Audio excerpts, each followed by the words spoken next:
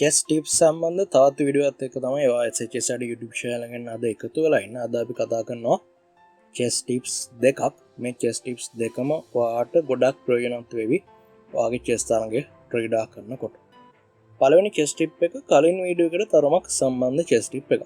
අපි කලින් chess tip සම්බන්ධ වීඩියෝ එකේදී කතා කරා ඇයි පාස් පෝන් කෙනෙක්ට තරමක වැඩි බලයක් වෙනත් සෙබළු වලට සාපේක්ෂව තියෙන්නේ.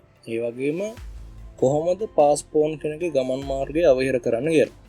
ඉතින් මේ කරුණු හැම එකක්ම වැදගත්. මේ වීඩියෝ ශීර්ෂයේ කතා කරන ඔයාගේ ඇඟිලි තුඩු වලට මේ ටිප්ස් ටික හුරු කරගන්න.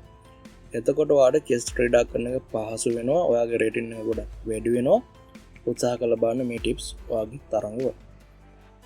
ඉතින් අපි කතා කරා කලින් වීඩියෝ එකේදී පාස් පෝන් කෙනෙකුගේ ගමන් මාර්ගය අවහිර කරන්න හොඳම සුළු එත්තන්නේ කිව්වේ නයිට් වරු සහ බිෂප් වරු.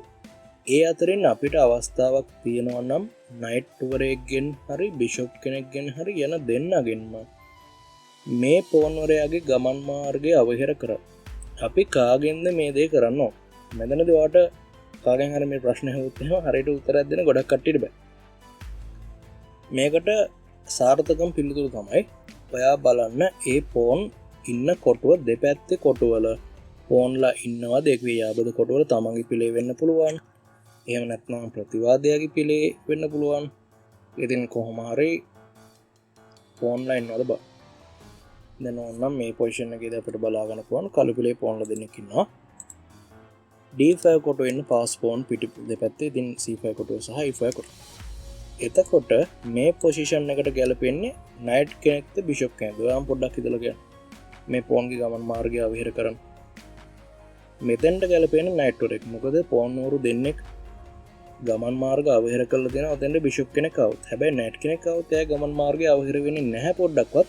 පෝන්ලා දෙන්නෙක් පාස් පෝන්ගේ දෙපැත්තේ හිටියා කියලා. එතෙන් සාමාන්‍යයෙන් චෙස් සාහිත්‍යයේ නයිට් වරයා තමයි හොඳම බ්ලොකේඩ් විදිහට. ඉතින්ගේ ගමන් මාර්ග පෝන් වරුන්ගේ ගමන් මාර්ග අවහිර කරන හොඳම බ්ලොකේඩ් එක විදිහට හඳුන්වන්නේ නයිට් වරයා.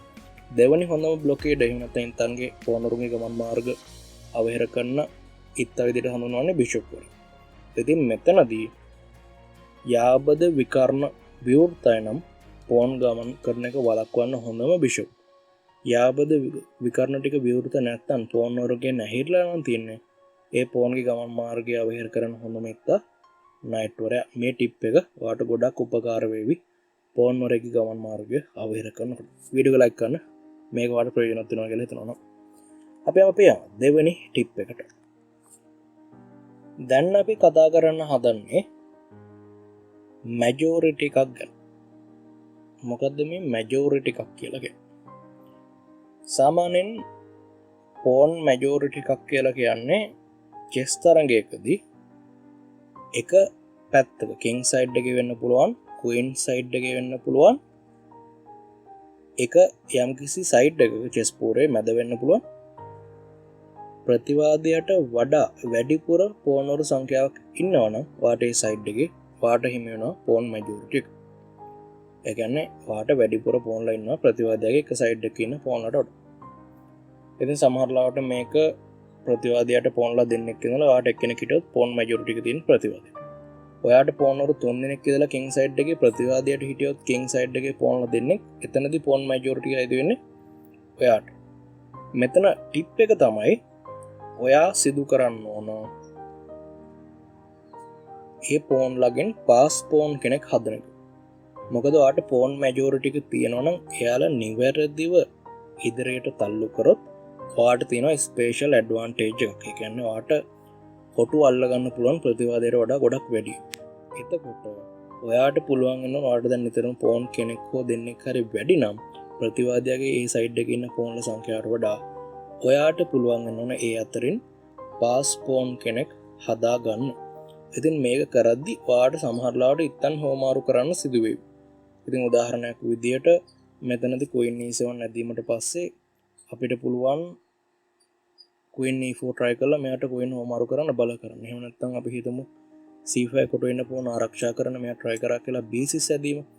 දැන් අපි ඉත්තන්ගෙන් පුංචි හෝමාරු කිරීම කිහිපයක් සිදු කරන්න ඕන.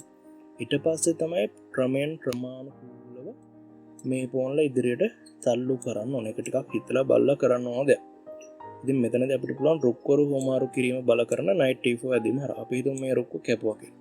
ඊට පස්සේ අපි විවෘත ෆයිල් එකකට අපේ රුක්වරයව අරගෙන එනවා. ඊට පස්සේ මෙයා try කරනවා රුක් d8 ඇදීම. අපි මොකද කරන්නේ?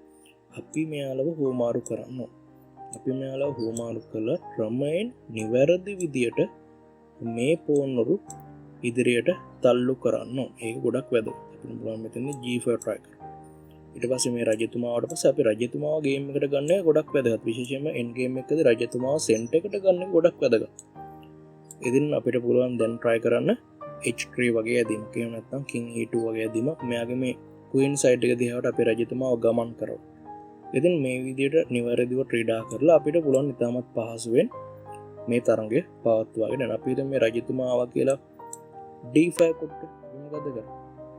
අපි මෙතනදී අපේ රජතුමාගෙන් නයිට්ව ආරක්ෂා කරනවා. ඊට පස්සේ මේ රජතුමා c6 කොටට ගිහලා මේ queen side එකේ යට pawn majority හිම. ඒ කියන්නේ අපිට queen side එකේ pawn දෙන්නයි, මෙයාට queen side එකේ pawn තුන් දෙනයි. එක්කෙනෙක් වැඩි queen side එකේ කළු පිළට pawnලා. ඒතර pawn majority එක තියෙන්නේ queen side එකේ කළු පිළට. අපි මොකද කරන්නේ?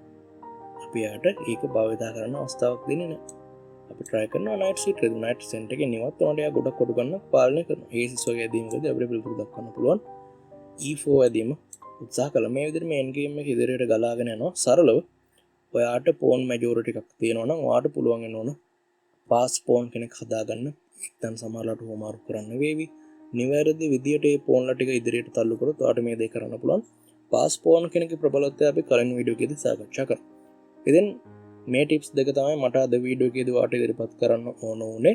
මම හිතනවා මේ ටිප්ස් දෙකම ඔයාගේ chess තරඟයේ තව දුරටත් වර්ධනය කරන්න ගොඩක් උපකාර වෙන්න ඇති කියලා. ලයික් කරන්න, කලින් වීඩියෝ එක ලයික් කරේ නැත්නම් මේ වීඩියෝ එක දැන් ඔයාලට මේ ටිප්ස් දෙක ගොඩක් උපකාර වෙයි කියලා හිතනවා නම් ඔය chess තරඟයකදී සම්පූර්ණ වීඩියෝ එක YouTube එකේම බලුවා නම් ගොඩක් ස්තුතියි.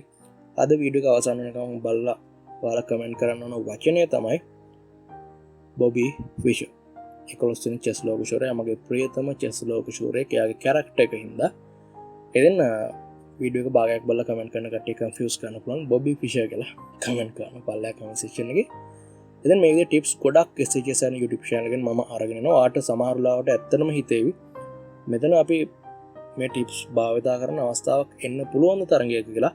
ඔයා ක්‍රීඩා කරලා බලන්න. ඔයාට අනිවාර්යයෙන්ම අවස්ථාවක් එනවා. එතනදී මම මේ කියන ටිප්ස් භාවිතා කරන්න. මම භාවිතා කරන පිහිටීම් ගොඩාක් ප්‍රායෝගික පිහිටීම්. එහෙම අරන් ඉන්න හේතුව තමයි ඒ විදිහට ඔයාට පොසිෂන් එක අරගෙන ආවම ඇත්ත තරඟයක් ක්‍රීඩා කරද්දී ලේසි. අපි කවදාවත් දැකලා නැති පිහිටීම් වලින් චෙස් ඉගෙන ගන්නවට වඩා සාමාන්‍ය අපිට ඉදින්දා හමු වෙන පිහිටීම් වලින් ඉගෙන ගන්නකොට ඒක ප්‍රායෝගිකව වාසසහගතයි. ඉතින් සම්පූර්ණ වීඩියෝ බලපුවාට ගොඩක් ස්තුතියි. අපේ කලින් චෙස් ටිප්ස් සීරීස් එක බැලුවේ නැත්නම් දැන් එන කාඩ් එක ක්ලික් කරලා ඒ වීඩියෝ සීරීස් එකම බලන්න. වාහිතනට වඩා chess game එක ගොඩක් improve වෙන්න ගනීවි. ඉතින් හෙටත් රාත්‍රියේ 8ට SHS YouTube channel එකේ තවත් අලුත් වීඩියෝ එකකින් හමු වෙමු. ආයෙත් ඔයාලට සම්පූර්ණ වීඩියෝ බලවට ගොඩක් ස්තුති කරනවා. එහෙනම් හමු වෙමු ඊළඟ වීඩියෝ එකෙන් හෙට රාත්‍රියේ 8ට.